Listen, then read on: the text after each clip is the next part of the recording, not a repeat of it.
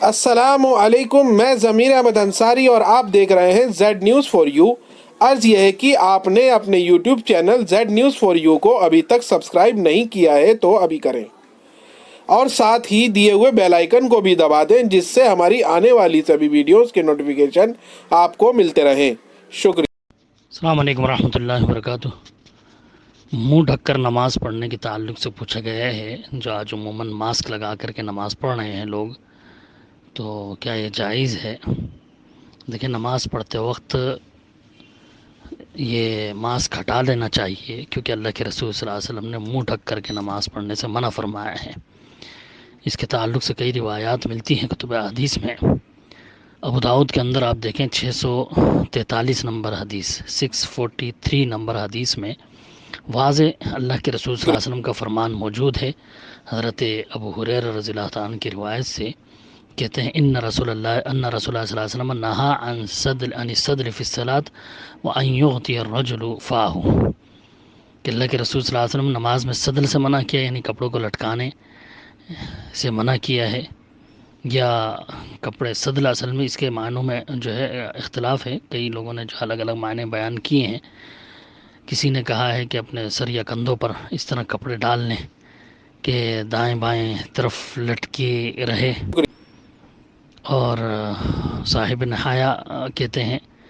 کہ کپڑے کو اس انداز سے اپنے اوپر لپیٹ لیا جائے کہ ہاتھ بھی اندر بند ہو جائیں، اور رکوع سجود میں بھی ان کو ہاتھوں کو باہر نہ نکالا جائے، تو اس سے منع کیا اللہ کے رسول صلی اللہ علیہ وسلم نے۔ اور آگے فرمایا وَأَن يُغَطِّيَ الرَّجُلُ فَاهُ، اور اس سے بھی اللہ کے رسول نے منع کیا کہ انسان نماز کی حالت میں اپنے منہ کو ڈھک کر کے نماز پڑھے۔ تو یہ واضح حدیث موجود ہے، صحیح روایت ہے، البانی صاحب نے اس کو صحیح قرار دیا ہے، کچھ نے حسن بھی قرار دیا ہے اس کو۔ امام ابن خزیمہ رحمۃ اللہ علیہ نے اس پر باقاعدہ باب باندھا ہے، باب النہی عن تغطیۃ الفم فی الصلاۃ، کہ نماز کی حالت میں اپنے منہ کو ڈھانکنے کی ممانعت۔ یہ باب باندھ کر کے پھر یہ والی روایت لائے ہیں کہ نہا رسول اللہ صلی اللہ علیہ وسلم نہا عن الصدر فی الصلاۃ وان یغطی الرجل فاہ، اللہ کے رسول صلی اللہ علیہ وسلم نے صدر سے منع کیا اور اپنے منہ کو نماز کی حالت میں ڈھکنے سے منع فرمایا ہے۔ تو یہ میں پہلے بھی بتا چکا ہوں کسی بھائی کے سوال پر کہ آج جو یہ طریقہ اپنا لیا گیا ہے مسجدوں میں دور دور کھڑے ہونا اور منہ کو ڈھک کر کے نماز پڑھنا، اس میں بہت ساری حدیثوں کی مخالفت ہو رہی ہے، صف بندی نہیں ہو رہی، جس میں بہت سخت تاکید اللہ کے رسول صلی اللہ علیہ وسلم نے کی ہے صف بندی کی، پیر سے پیر کندھے سے کندھا ملا کر کے کھڑے ہونے کی بہت سخت تاکید ہے، اور منہ ڈھک کر کے نماز پڑھنے سے بھی منع کیا اللہ کے رسول صلی اللہ علیہ وسلم نے۔ لہٰذا بہتر یہ ہے کہ جب تک یہ پریشانی ختم نہیں ہوتی، اللہ کے رسول نے اجازت دی ایسے حالت میں جب کہ مسجد میں آنے میں تکلیف ہو، پریشانی کا باعث بنے، تو گھروں میں نماز پڑھنے کی اجازت دی ہے اللہ کے رسول صلی اللہ علیہ وسلم نے۔ تو ایسے حالات میں